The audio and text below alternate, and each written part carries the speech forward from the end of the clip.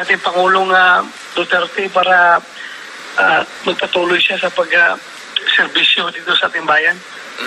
At kagabi sa programa niya, sinabi niya na malalim ang kanyang pagtitimbang, pero yung malaking magpapabago sa pasya is yung anak niyang si Kitty.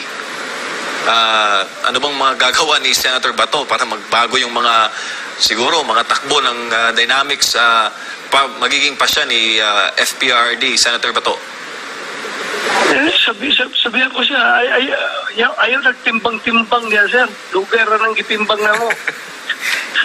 Ayaw nagtimbang-timbang niya. Lugar na ng gitimbang na mo. At timbang, bukat kayong timbang sa mabigat yung timbang ng clamor ng taong bayan. At knowing nyo, as a patriot, you will never shy away from any place for help or place for service coming from the Filipino people themselves. Alam natin yan, kahit nagagapang na yan sa lupa si Pangulong Duterte, gagawin niya yan within his human powers na makapagserbisyo sa mga kababayan natin.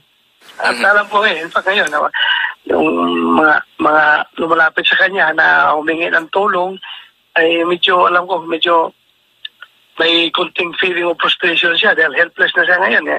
Wala na siya may tulong, wala na siya sa gobyerno. So, siguro, sana mapukaw yung kanyang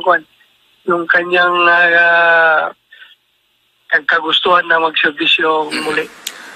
But it all boils down, the final say has to come from his end talaga. Because siya mismo ang concern dyan. Opo. Senador, huli na lang pong tanong.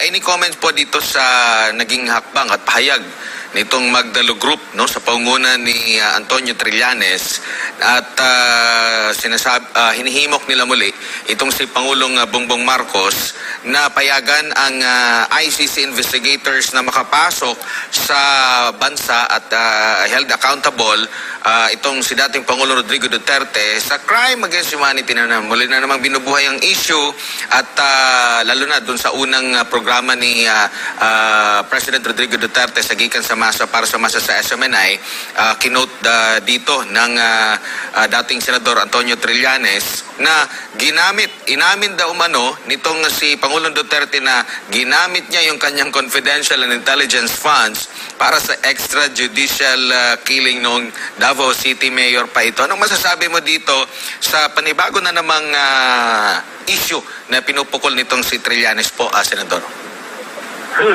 Andyan ba pala yan? Kala ko nalahimik na yan. He has been harping that claim since 2016 pa. Ang dami na.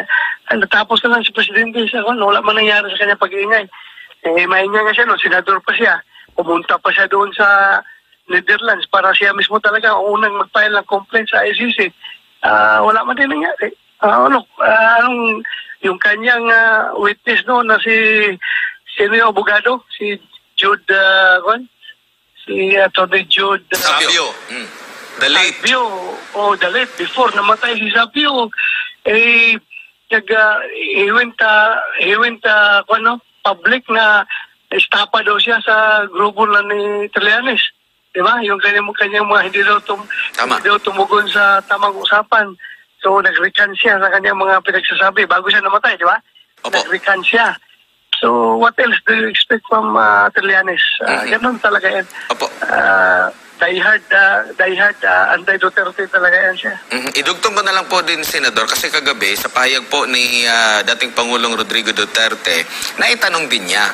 Kasi kayo, considering kayo po ay nagtapos din sa PMA, mahaba po ang inyong tenure bilang militar at pulis po, Senador, natanong niya kung ito bang si Trillanes nung panahon na siya ay nasa Philippine Navy pa, meron na ba daw napatay na kalaban ng Estado o kriminal? Baka meron kayong alam po, Senador.